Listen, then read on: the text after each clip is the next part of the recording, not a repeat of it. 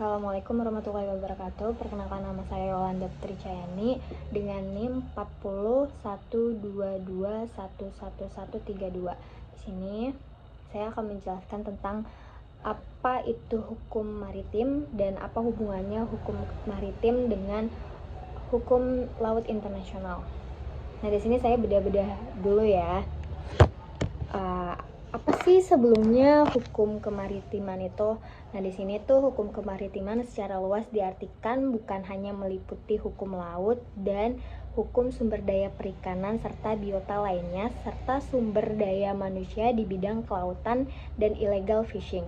Akan tetapi, segala aktivitas yang berkaitan dengan laut, misalnya hukum sumber daya pesisir, pulau-pulau kecil, hukum perdagangan, hukum pengangkutan laut, perjanjian kerja laut atau hukum perburuan, industri maritim atau industri kapal, industri biofarma dan lainnya.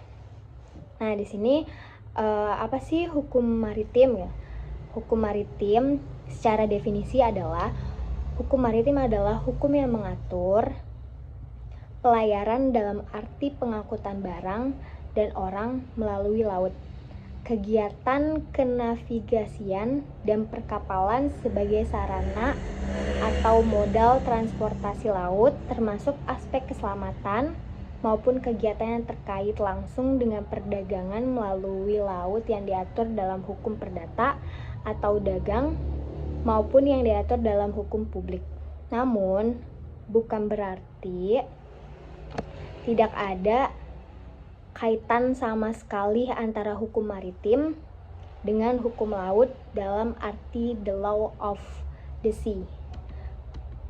Sebab beberapa pasal dari the law of the sea seperti pasal 91, 92, dan pasal 94 ini tuh berkaitan dengan hukum yang mengenai kebangsaan kapal, pendaftaran kapal, dan kewajiban negara bendera untuk mengawasi kapal-kapal yang mengibarkan bendera negara tersebut adalah termasuk dalam hukum maritim.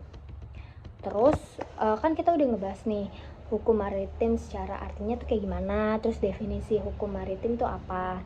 Nah, di sini ada yang tahu nggak sih maritim tuh apa ya? Nah, di sini tuh maritim dalam Kamus Besar Bahasa Indonesia diartikan sebagai berkenaan dengan laut, berhubungan dengan pelayaran dan perdagangan di laut.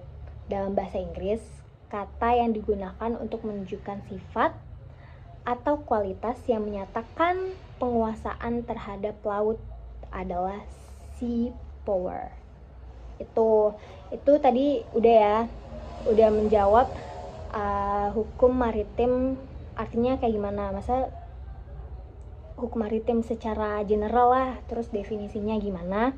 Terus yang ketiga itu apa sih definisi maritim? Maritim itu apa sih? Udah kan.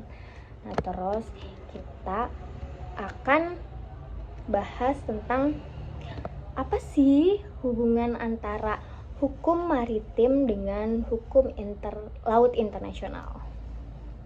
Sini ya, kita akan bahas hubungan hukum maritim dan hukum laut internasional tuh sebenarnya tuh mereka tuh berkaitan, maksudnya kayak sangat erat dan saling melengkapi dalam mengatur berbagai aspek kegiatan di laut. Nah, terus ini nanti aku bakal jelasin definisi pengertian di antara keduanya ya, antara hukum maritim sama hukum laut internasional. Nah, definisi dan pengertiannya nih, hukum laut internasional adalah merupakan aturan-aturan atau kaidah yang mengatur tentang berbagai persoalan yang berkaitan dengan laut, termasuk batas zona ekonomi eksklusif atau yang disingkat ZEE, navigasi, perdagangan, dan kegiatan lain di laut. Hukum laut internasional diatur dalam UNCLOS 1982. Nah, terus tujuan dan fungsi.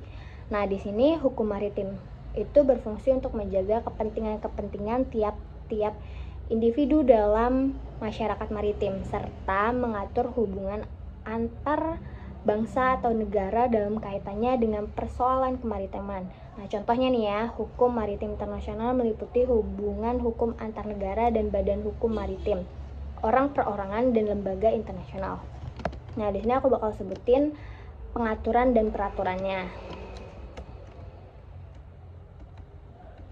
Di sini ada UNCLOS tahun 1982, perjanjian internasional yang mengatur batas laut ZEE dan memberikan opsi penyelesaian sengketa kelautan. Perjanjian ini merupakan dasar hukum laut internasional yang meliputi berbagai aspek kegiatan di laut.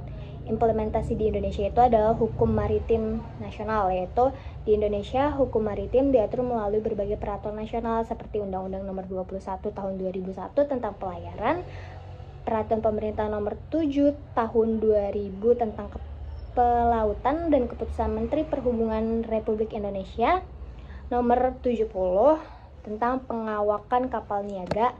Nah, terus itu udah kan tadi implementasinya di Indonesia. Lalu ada kegiatan dan aktivitasnya. Hukum kemaritiman secara luas meliputi hukum laut, sumber daya perikanan, biota laut, dan sumber daya manusia di bidang kelautan. Nah, aktivitasnya yang berkaitan dengan laut seperti hukum sumber daya pesisir di pulau-pulau kecil, perdagangan, pengangkutan laut, dan perburuan laut juga termasuk dalam hukum kemaritiman. Nah, jadi tuh hubungan antara hukum maritim sama laut internasional itu saling melengkapi ya, saling erat gitu. Jadi demikian, hukum maritim dan hukum laut internasional saling melengkapi dalam pengaturan berbagai aspek kegiatan di laut dan menjaga kepentingan masyarakat internasional. Dan tadi materi yang sudah saya sampaikan tentang hukum maritim, definisi hukum maritim, terus hukum maritim secara luas, terus juga maritim secara yang diartikan dalam kamus bahasa Indonesia, kamus besar bahasa Indonesia, terus sama hubungan hukum maritim sama hukum laut internasional itu udah dijelaskan selama 7 menit tadi.